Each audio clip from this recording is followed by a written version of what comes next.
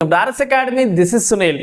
ఈ వీడియో సెషన్లో గతానికి సంబంధించి అంటే భూతకాలానికి సంబంధించి మనము ఇంగ్లీష్లో ఎలా మాట్లాడాలి, లైక్ ఏదన్నా భూతకాలంలో ఆల్రెడీ జరిగిపోయిన దానికి సంబంధించి ఎలా చెప్పాలి, అదే విషయము నెగిటివ్ స్టేట్మెంట్ ఎలాగ చెప్పాలి, ఎలా మాట్లాడాలి, అదే భూతకాలానికి సంబంధించి ఆల్రెడీ జరిగిపోయిన దానికి సంబంధించి క్వశ్చన్ ఎలా వేయాలి అన్నది మనం ఈ క్లాస్లో చూద్దాం.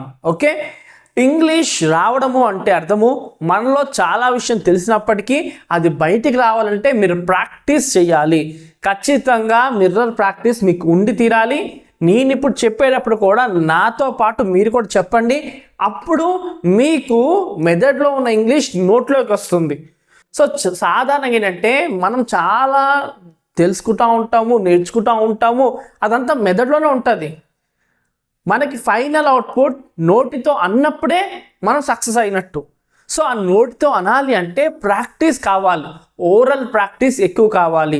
Oral practice in front of mirror, మనము అద్దం ముందు నుంచుని మనం ఓరల్ ప్రాక్టీస్ ఎంత చేస్తే అంత. ఎప్పుడైతే ఓరల్ ప్రాక్టీస్ బాగా చేస్తామో అప్పుడు మన క్లోజ్ రిలేటివ్స్ దగ్గర మనం ఫ్రీగా మాట్లాడతాం. తర్వాత నెక్స్ట్ స్ట్రేంజర్స్ దగ్గర కంఫర్ట్గా మాట్లాడగలుగుతాం. మనలో కాన్ఫిడెన్స్ నింపేది ఓరల్ ప్రాక్టీసే, అది కూడా మిర్రర్ ముందు. ఓకే, ఇంగ్లీష్ మాట్లాడేటప్పుడు సిగ్గుపడద్దు. తప్పులు వచ్చినా సరే ఇంగ్లీష్లోనే మాట్లాడాలి, ఒప్పు వచ్చినా సరే ఇంగ్లీష్లో మాట్లాడాలి. ఎవరో మనల్ని డిస్కరేజ్ చేయడానికి 4 హేళన మాటలు మాట్లాడినంత మాత్రాన మనం ఎక్కడ డిస్కరేజ్ అవ్వద్దు. సో నేర్చుకుంటున్నప్పుడు మనము ఒక సైకిలే నేర్చుకుంటున్నాం, ఒక బైకే నేర్చుకుంటున్నప్పుడు కింద పడడం సహజం, పడ్డప్పుడు దెబ్బలు తగలడం కూడా సహజమే. అలాగని సైకిల్ నేర్చుకోవడమో బైక్ నేర్చుకోవడం మానం కదా. అలాగే ఇంగ్లీష్ మాట్లాడేటప్పుడు కూడా మనల్ని చూసి నవ్వే వాళ్ళు ఉంటారు, కానీ మనం మన కాన్ఫిడెన్స్ కోల్పోకూడదు. సో మీరు ప్రాక్టీస్లో ఉన్నారు కాబట్టి ఆ టైంలో మనల్ని డిస్కరేజ్ చేయడానికి నవ్వుతారు, మీరు అది పట్టించుకుని మీ ప్రయాణాన్ని ఆపద్దు. ఓకే, సో నాతో పాటు ఫస్ట్ ఇక్కడ ఉన్నది ఏంటంటే సింపుల్ పాస్టెన్స్ యొక్క స్ట్రక్చర్, బేసిక్ స్ట్రక్చర్. నేను తిన్నాను, ఆమె పాట పాడింది, అతడు ఫుట్బాల్ ఆడు, ఇలాగా గతంలో జరిగిపోయింది. భూతకాలానికి సంబంధించి మనము బేసిక్ స్ట్రక్చర్ ఇక్కడ ఉంది. ఇక్కడ వచ్చేసరికి నెగిటివ్ స్టేట్మెంట్స్, మనకి గడిచిపోయిన కాలంలో ఒక విషయం జరగలేదు, అవ్వలేదు, రాలేదు, ఇలాంటి విషయాలు మాట్లాడుతూ ఇక్కడ మూడోది క్వశ్చన్ ట్యాగ్స్. మనకి ఏంటంటే ప్రజెంట్కి సంబంధించిన క్వశ్చన్ ట్యాగ్స్ ఉంటాయి, ఫ్యూచర్కి సంబంధించిన క్వశ్చన్ ట్యాగ్స్ ఉంటాయి, పాస్ట్కి అంటే భూతకాలానికి సంబంధించిన క్వశ్చన్ ట్యాగ్స్ ఉంటాయి.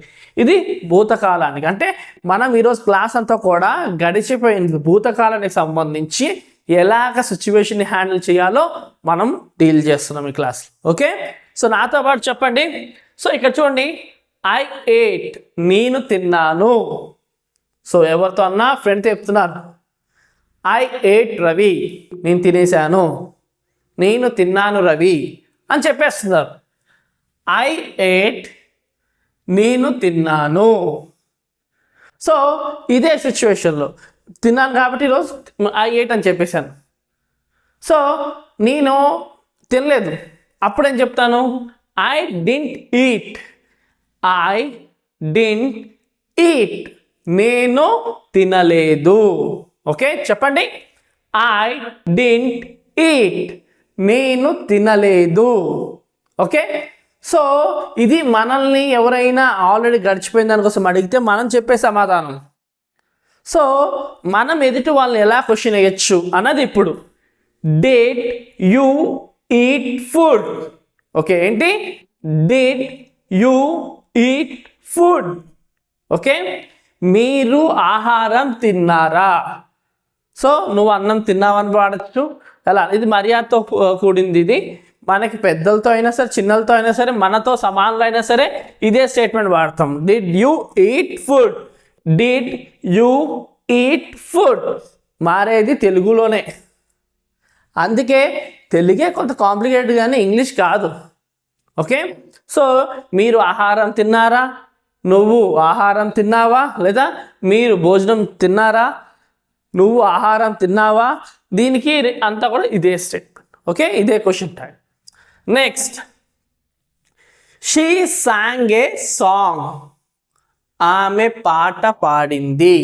చెప్పండి, she sang a song.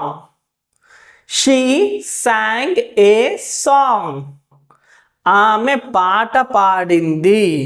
Okay, next she didn't sing a song. ఏంటి? She didn't sing a song. ఆమె పాట పాడలేదు.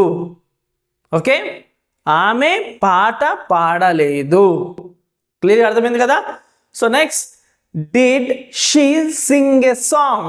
ఆమె పాట పాడిందా? Did she sing a song? Clear కదా?